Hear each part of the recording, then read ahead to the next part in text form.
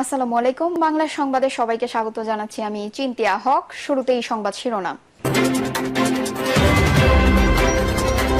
উর্মির পক্ষে দাঁড়ালেন গোলাম মাওলা রনি।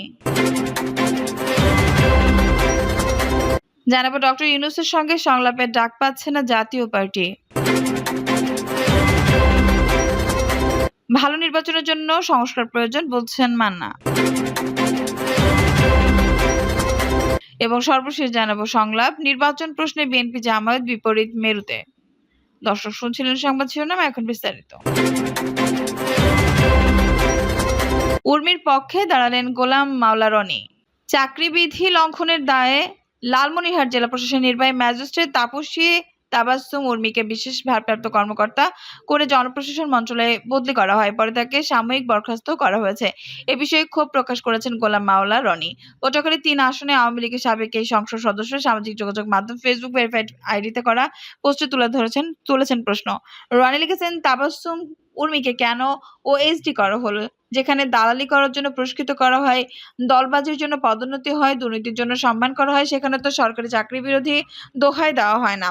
একজন নবীন সরকারি কর্মকর্তার একান্ত ব্যক্তিগত একটি কথা যারা হজম করতে পারেন না, তারা কিসের রাষ্ট্র সংস্কার করবেন, কিসের গণতন্ত্র প্রতিষ্ঠা করবেন? শুধু মুখে মুখে লন্ডন আমেরিকার গণতন্ত্র এবং অন্তরে উগান্ডার আমিন দাদার মতো স্বৈরাচারী মনোভাব পোষণকারীদের সঙ্গে যদি গুণগত পার্থক্য না থাকে, তবে আমরা কিভাবে অগ্রসর হব? এর আগে শনিবার নিজের ফেসবুকে তাপসী তাবাসসুম উর্মি লেখেন, সাংবাদিক ভিত্তিহীন অন্তর্বর্তী সরকারের প্রধান উপদেষ্টা বলেছেন, রিসেট বাটনে পুশ করা হয়েছে, অতীত মুছে গেছে। রিসেট বাটনে ক্লিক করে দেশের সব অতীত ইতিহাস মুছে ফেলেছেন তিনি। এতই সহজ? কাউন্টডাউন শুরু হয়ে গেছে আপনার মহাশয়। এর আগেও তাপসী তার ফেসবুক জুলাই আগস্ট ছাত্র জনতার আন্দোলন নিয়ে উস্কানিমূলক পোস্ট করেন। তিনি রংপুর পুলিশের গুলিতে নিহত আবু সাইদকে সন্ত্রাসী উল্লেখ করেও উস্কানিমূলক পোস্ট দিয়ে প্রশাসনে বিতর্কের জন্ম নেয়। ডক্টর ইউনূসের সঙ্গে সংলাপের ডাক পাচ্ছে না জাতীয় পার্টি। ক্ষমতা গ্রহণের পর তৃতীয় দফায় রাজনৈতিক দলগুলোর সঙ্গে সংলাপ শুরু করেছেন অন্তর্বর্তী সরকারের প্রধান উপদেষ্টা অধ্যাপক ডক্টর মোহাম্মদ ইউনূস। গত শনিবার প্রথম দিনের সংলাপে অংশ নেয় বিএনপি, জামায়াত ইসলামীর গণ অধিকার পরিষদ সহ ৫টি দল এবং গণতন্ত্র মঞ্চ সহ ৩টি জোট। তবে এবারের সংলাপে জাতীয় পার্টিকে এখনো আমন্ত্রণ জানানো হয়নি। সরকারের একাধিক সূত্র জানিয়েছে, জুলাই আগস্টের অভ্যুত্থানের ছাত্র নেতৃত্বের পক্ষ থেকে দলটির ব্যাপারে আপত্তি এসেছে। এই আপত্তির পেছনে অভিযোগ হচ্ছে, ক্ষমতাচ্যুত আওয়ামী লীগের সহযোগী ছিল জাপা। এমন প্রেক্ষাপটে সংলাপে জাপার ডাক পাওয়ার বিষয়টি অনিশ্চিত হয়ে পড়েছে। সরকারি সূত্রগুলো বলছে, জাপাকে সংলাপে ডাকা হবে কিনা সে ব্যাপারে অন্তর্বর্তী সরকার এখনো চূড়ান্ত সিদ্ধান্ত নেয়নি। জানা যায়, দুর্গাপূজার পর ১৯ অক্টোবর বাকি দলগুলোর সঙ্গে সংলাপ করবেন প্রধান উপদেষ্টা। সেদিনের সংলাপের জন্য অলি আহমেদ নেতৃত্বাধীন এলডিপি, বিএনপির সঙ্গে যুগপৎ আন্দোলনে থাকা ১২ দলীয় জোট, বাংলাদেশ জাসদ এবং আন্দালিব রহমান পার্থ নেতৃত্বাধীন বাংলাদেশ জাতীয় পার্টিকে আমন্ত্রণ জানানো হবে। ছোট আরো ২-১টি দল আমন্ত্রণ পেতে পারে। তবে ক্ষমতাচ্যুত আওয়ামী লীগ ও ১৪ দলীয় জোটকে সংলাপে ডাকা হবে না। এমনকি আওয়ামী লীগের মিত্র বা দোসর হিসেবে পরিচিত কোনো দলের সঙ্গে অন্তর্বর্তী সরকার আলোচনায় বসবে না। এটি সরকারের নীতিগত অবস্থান বলে একাধিক সূত্র জানিয়েছে। জানা যায়, শেখ হাসিনার ১৫.৫ বছরের শাসনে মিত্র বা সহযোগী হিসেবে পরিচিত পেয়েছিল জাতীয় পার্টি। দলটির নেতারা কখনো মন্ত্রিত্ব নিয়ে সরকারের অংশীদার হয়েছেন, কখনো সংসদে বিরোধী দলের আসনে বসে গৃহপালিত উপাধিও পেয়েছিল জাপা। সর্বশেষ গত ৭ জানুয়ারি নির্বাচনেও অংশ নিয়ে দ্বাদশ সংসদে বিরোধী দলের আসনে বসেছিল দলটি। গণ-অভ্যুত্থানে স্বৈরশাসনের পতনের পর জাতীয় পার্টির অতীত নিয়ে নতুন করে প্রশ্ন উঠেছে। এখন প্রধান উপদেষ্টা সংলাপে ডাক পাওয়ার ক্ষেত্রে জাতীয় পার্টি সেই অতীত বাধা হয়ে দাঁড়াচ্ছে। জানা যায়, একাধিক রাজনৈতিক দলের পক্ষ থেকে সংলাপে জাপাকে আমন্ত্রণ না জানানোর অনুরোধ করা হয়েছে। প্রধান উপদেষ্টার কাছে সোমবার নারায়ণগঞ্জের একটি সমাবেশে এ বিষয়ে কথা বলেছেন গণ অধিকার পরিষদের সাধারণ সম্পাদক মোহাম্মদ রাশেদ খান। ওই সভায় তিনি বলেন, আওয়ামী লীগের দোসর জাতীয় পার্টি তারা কিভাবে সংলাপে ডাকা পায়। এবার তৃতীয় দফায় সংলাপে জাতীয় পার্টিকে ডাকলে অন্তর্বর্তীকালীন সরকারের বিরুদ্ধে আন্দোলন শুরু হবে। আমরা এই সরকারকে সহযোগিতা করব, কিন্তু তারা ভুল করে সমালোচনা করবে, যাতে তারা শুধরিয়ে নেয়। এ বিষয়ে জাপা মহাসচিব মুজিবুল হক সাংবাদিকদের জানান, সংলাপের ব্যাপারে তারা এখনো আমন্ত্রণ পায়নি। তাদের ডাকা হলে অবশ্যই সংলাপে অংশ নেবেন। ভালো নির্বাচনের জন্য সংস্কার প্রয়োজন বলছেন মান্না। গণতন্ত্র মঞ্চের সমন্বয়ক ও নাগরিক ঐক্যের সভাপতি মাহমুদুর রহমান মান্না বলেছেন, ন্যূনতম ঐক্যের চেষ্টা তাদের করতে হবে। ভালো নির্বাচনের জন্য আমাদের সংস্কার প্রয়োজন। যতদূর পর্যন্ত জাতীয় ঐক্য করতে পারবো ততদূর সংস্কার করতে হবে। বাকি যেগুলো ব্যাপার আছে, আগামীতে যে সংসদ গঠিত হবে নির্বাচনের মাধ্যমে সে নির্বাচিত সরকার করবে। ভালো নির্বাচনের উপর প্রধান উপদেষ্টা সহ উপদেষ্টা পরিষদের সম্মান নির্ভর করছে উল্লেখ করে মাহমুদুর রহমান মান্না বলেন, মানুষের যদি মনে হয় আপনাদের লিপ্সা আছে, যদি মনে হয় অতীতের মতো ন্যায় অন্যায় ভাবছে না, অর্থের ধান্দা করবেন, দুর্নীতি বেড়ে যায়, তা আপনাদের উপর বাড়তবে। আপনি বলবেন জানিনি, বুঝিনি, সেটা হবে না। প্রয়োজনে আমাদের সঙ্গে কথা বলেন। আমরা সমাজের একেবারে নিম্নস্তর পর্যন্ত কাজ করি। আমরা মনে করি সম্মিলিত প্রচেষ্টায় এই পুরো সংকট কাটিয়ে ওঠা সম্ভব হবে।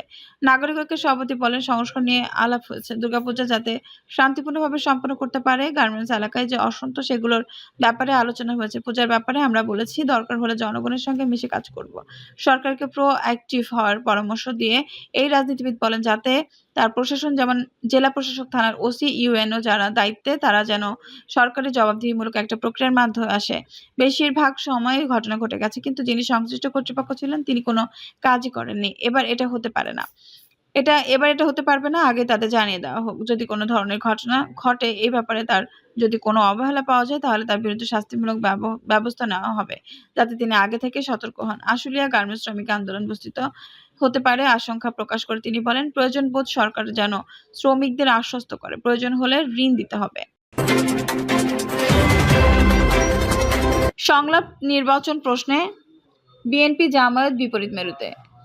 বিএনপি অবিলম্বে নির্বাচন কমিশন পুনর্গঠন করে নির্বাচনের রোডম্যাপ দাবি করলেও জামায়াত বলছে তারা গুরুত্ব দিচ্ছে সংস্কারকে। প্রধান উপদেষ্টা মোহাম্মদ ইউনূসের সঙ্গে সংলাপে নির্বাচন প্রশ্নে দুই যুগের জোটসঙ্গী বিএনপি ও জামায়াতের দুই ধরনের অবস্থান ফুটে উঠল। বিএনপি দ্রুত নির্বাচন কমিশন গঠন করে নির্বাচনের রোডম্যাপ দাবি করলেও জামায়াত বলছে নির্বাচনের চেয়ে বেশি গুরুত্বপূর্ণ সংস্কার। শনিবার প্রধান উপদেষ্টা রাষ্ট্রীয় অতিথি ভবন যমুনায় রাজনৈতিক দলগুলোর সঙ্গে তৃতীয় দফায় এই সংলাপ শুরু হয়। বিএনপির প্রতিনিধি দলের নেতৃত্ব দেন মহাসচিব মির্জা ফখরুল ইসলাম আলমগীর। সংলাপ শেষে তিনি সাংবাদিকদের বলেন, নির্বাচন কমিশন নিয়োগে আইন স্থগিত করে প্রধান রাজনৈতিক দলের ঐক্যমতের ভিত্তিতে অনতিবিলম্বে নির্বাচন কমিশন গঠন করতে হবে। আমরা একটা রোডম্যাপ দিতে বলেছি। নির্বাচন কবে সে ব্যাপারে একটা রোডম্যাপ দিতে বলেছি। তবে আলোচনা শেষে জামায়াতের অবস্থান তুলে ধরে দলটির আমির শফিকুর রহমান সাংবাদিকদের বলেন, এই সরকার দেশে শাসনের জন্য আসেনি, দেশ শাসনের সুষ্ঠু পথ বিনির্মাণের জন্য তারা এসেছে। তাদের কাজ হচ্ছে গত ৩ নির্বাচনে জাতি বা বঞ্চিত হয়েছে একটা গ্রহণযোগ্য, সুষ্ঠু ও শান্তিপূর্ণ নির্বাচন উপহার দেওয়ার পরিবেশ তৈরি করে। এজন্য কিছু মৌলিক বিষয়ে তাদের সংস্কার করতেই হবে। কি কি মৌলিক বিষয়ে তারা সংস্কার করবেন, আমরা সেই বিষয়ে কথা বলেছি। জামায়াত কি প্রস্তাব করেছে তা এখনই সামনে আনতে চান না দলটির আমির জানান, আগামী বুধবার তা প্রকাশ করা হবে। ৯ অক্টোবর আমরা আমাদের চিন্তা জাতির সামনে তুলে ধরব। এই মুহূর্তে কি সংস্কার প্রয়োজন, সংস্কার পরবর্তী পর্যায়ে কি আমাদের লাগবে। আমরা মনে করি নির্বাচন থেকে সংস্কার বেশি গুরুত্বপূর্ণ। বিএনপির মতো জামায়াতও রোডম্যাপ চায় জানিয়ে শফিকুর বলেন, অন্তর্বর্তী সরকারের কাছে দুটি রোডম্যাপ চেয়েছে, একটি সংস্কারের ও অন্যটি নির্বাচনের। সংস্কার ও নির্বাচন দুটি গুরুত্বপূর্ণ। গত ৮ আগস্ট সংবিধান মেনে চলার অঙ্গীকার করে শপথে নেওয়া অন্তর্বর্তী সরকার নির্বাচনের সময় নিয়ে কোনো কথা বলছে না। সংবিধানের সংসদ ভেঙে দেওয়ার ৯০ দিনের মধ্যে ভোটের কথা বলা হচ্ছে। দৈব দুর্বিপাকে সেটি করা না গেলে আরও ৯০ দিন সময় নেওয়ার সুযোগ আছে। ৫ আগস্ট সরকারের পতনের পর মির্জা ফখরুল বিভিন্ন দলের নেতাদেরকে নিয়ে প্রথমে সেনাপ্রধান ও পরে বঙ্গভবন রাষ্ট্রপতি মোহাম্মদ শাহাবুদ্দিনের সঙ্গে বৈঠক করেন। সেদিন তিনি বলেছেন, রাষ্ট্রপতি সংবিধান ভেঙে দেবেন এবং ৯০ দিনের মধ্যে নির্বাচন হবে। তবে রাষ্ট্রপতি সংবিধান ভেঙে দিলেও নির্বাচনের সময়সীমা নিয়ে কিছু বলেননি। বিএনপি জামায়াতে সেই বাদানুবাদ। শুরুতে বিএনপি নির্বাচন প্রশ্নে যৌক্তিক সময় দেওয়ার কথা বললেও গত ২৪ আগস্ট থেকে রোডম্যাপ ঘোষণার দাবি জানিয়ে আসছে।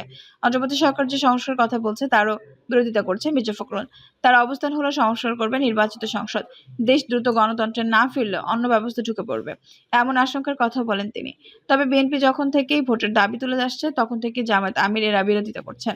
গত ২৬ আগস্ট ঢাকা এক আলোচনায় বিএনপি ধুয়ে দিয়ে শফিকুর রহমান বলেন, দলটি এক আলোচনায় বিএনপির নাম উল্লেখ না করে তিনি বলেন, এখন জাতি বহুমুখী সংকটে একদিকে শহীদ পরিবারগুলো আহাজারি করছে, আহতরা হাসপাতালে বেডে কাতরাচ্ছে, পা হারা, হাত হারা, চোখ হারা, কি কষ্টের মধ্যে তারা আছে। আবার ইতিমধ্যে বন্যার ভয়াবহ শুরু হয়েছে। যারা জনগণের জন্য রাজনীতি করে, রাজনীতি তো জনগণের জন্য, তাদের তো উচিত এই বিপন্ন মানুষের পাশে দাঁড়ানো। এই সময়টা ওখানে না দাঁড়িয়ে যদি নির্বাচন জিকির করলে জাতি তা কবুল করবে। এর প্রতিক্রিয়া ২৮ আগস্ট জামায়াতকে পাল্টা জবাব দিয়ে ফখরুল বলেন, যাদের জনসমর্থন নেই, জনগণ মনে করে না যে এরা সরকার চালাতে পারবে, তারা এই ধরনের বিভিন্ন চিন্তা ভাবনা করে নাম উল্লেখ না করে দুই যুগের জোটসঙ্গীকে সেদিন স্বাধীনতা বিরোধী বলেও আক্রমণ করেন ফখরুল। তিনি বলেন, আমরা বাংলাদেশের স্বাধীনতায় যে বিশ্বাস করে না সে ধরনের দলকে তো সমর্থন করা যাবে না। সংস্কার বেশি গুরুত্বপূর্ণ। নির্বাচন প্রশ্নে জামায়াতে যে এখনো কোনো তাড়াহুড়া নেই, সেটি প্রধান উপদেষ্টার সঙ্গে তৃতীয় দফা সংলাপেও ফুটে উঠেছে। শফিকুর রহমান বলেছেন, জামায়াত সংস্কারকে ১ নম্বরে গুরুত্ব দিচ্ছে। সংস্কারের টাইমলাইন কি হবে সে বিষয়ে আলোচনা হয়েছে। আমরা ২ টা বিষয় দেশবাসীর কাছে চেয়েছি এবং সরকারের কাছে জানিয়েছি। একটা রোডম্যাপ হবে সংস্কারের, আরেকটা নির্বাচনের। সংস্কার সফল হলে নির্বাচন সফল হবে। ২ টা বিষয়ে আমরা গুরুত্ব দিয়েছি। জামায়াত আমির বলেন, আমরা বিশ্বাস করি এই সরকারকে নিরপেক্ষ থেকে একটি ভালো নির্বাচন উপহার দেবে জাতিকে। আমরা শুরু থেকে বলে আসছিলাম সংস্কারের জন্য সরকারকে যুক্তি সময় দিতে চাই। সেই যুক্তি সময়টা কি হবে এটা নিয়ে অচিরেই আমরা কাজ করব। এক্সট্রা দেরি হবে না। এভাবে আমরা সামনে আগাতে চাই। অন্তর্বর্তী সরকার কোন ধরনের পক্ষ-বিপক্ষের মানসিকতা না নিয়ে নিরপেক্ষ দৃষ্টিকোণ থেকে দেশকে একটা ভালো পর্যায়ে নিয়ে নির্বাচন দিতে সক্ষম হবে বলেও আশার কথা বলেন তিনি। সংস্কার প্রশ্নে দলের অবস্থান তলে মির্জা ফখরুল একাধিকবার বলেছেন, তারা মনে করেন এসব করবে নির্বাচিত সংসদ। দর্শক, এই ছিল এখনকার সর্বশেষ সংবাদ। নিউজটি ভালো লাগলে অবশ্যই একটা লাইক দিন, কমেন্টে আপনার মূল্যবান মতামত জানান। সবসময় আমাদের পাশে থাকতে সাবস্ক্রাইব করে বেল বাটনটি অন করে রাখুন। ধন্যবাদ।